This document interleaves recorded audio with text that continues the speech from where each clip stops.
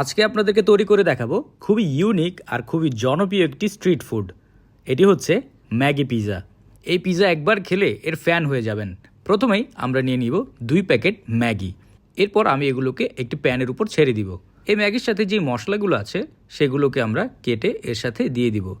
এই মশলা ছাড়া ম্যাগি খেতে একদমই ভালো লাগে না, তো ভুলেও এই মশলাকে ফেলে দিবেন না। এখন দিয়ে দিব পানি। এরপর এই সবগুলোকে আমরা একসাথে ভালোভাবে মিক্স করে নিব।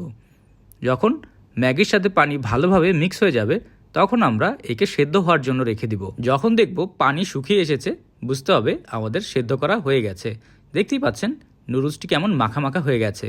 এখন আমরা এর উপরে দিয়ে দিব সামান্য ময়দা। এরপর একে এই ময়দার সাথে ভালোভাবে মেখে নেব। আপনারা কে কোথা থেকে আমার এই ভিডিওটি দেখছেন অবশ্যই কমেন্ট করে জানাবেন। আমি আপনাদের সবার কমেন্টের উত্তর দিব, কারণ আপনাদের কমেন্ট পড়তে আমার সত্যি অনেক ভালো লাগে। মাখা হয়ে গেছে। এখন এগুলোকে আমি একটি প্যানে নিয়ে নিব। যেহেতু আমরা পিৎজা তৈরি করব তার জন্য আমাদের এই প্যানে এগুলোকে নিতে হবে। এরপর আমরা এই প্যানের চারিপাশে এই ম্যাগিকে ভালোভাবে ছড়িয়ে দিব। এরপর আমরা এর উপরে দিয়ে দিব সামান্য পরিমাণে তেল। তেলগুলো চারিদিকে আস্তে আস্তে ছড়িয়ে দিতে হবে। তেল দেওয়া হয়ে গেলে আমরা একে কিছুক্ষণ ভেজে নেব। এরপর একে উল্টে দিব। উল্টে দেওয়ার পরে আমরা একে সামান্য কিছুক্ষণ ভেজে এর উপরে আমরা দিয়ে দিব টমেটো সস। সস ছাড়া পিৎজা তৈরি করা ইম্পসিবল। আমরা সসকে ভালোভাবে এর চারিপাশে ছড়িয়ে দিব। দেওয়া হয়ে গেলে আমরা এর উপরে দিয়ে দিব মোজারেলা চিজ। আমি এখানে মোজারেলা চিজ ব্যবহার করেছি, আপনারা চাইলে অন্য যে কোনো চিজ ব্যবহার করতে পারেন। এরপরে দিব আমরা ছোট করে কাটা ক্যাপসিকাম। ক্যাপসিকাম দেওয়া হয়ে গেলে আমরা এর উপরে দিয়ে দিব টমেটোও আমরা কুচি কুচি করে কেটে নিয়েছি।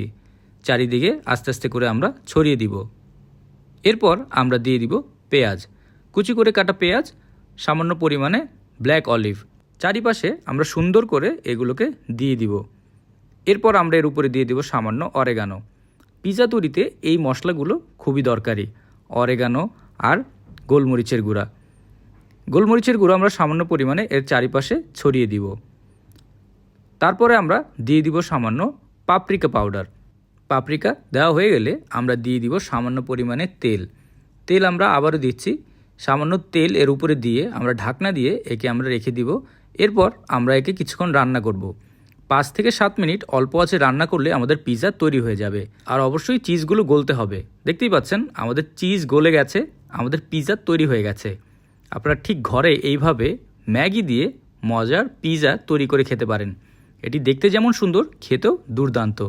এরকম মজার রেসিপি পাওয়ার জন্য টোস্টেড বাংলা পেজকে অবশ্যই ফলো করবেন।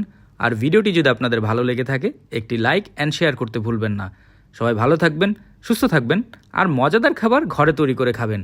আর এই রেসিপিটি যদি কেউ ট্রাই করে থাকেন আমাকে কমেন্ট করে জানাবেন আপনাদের কেমন লাগলো। স্ট্রিট ফুড শুধু স্ট্রিটে নয়, আমরা চাইলে বাসায়ও এরকম স্ট্রিট ফুড খুব সহজেই তৈরি করে খেতে পারি।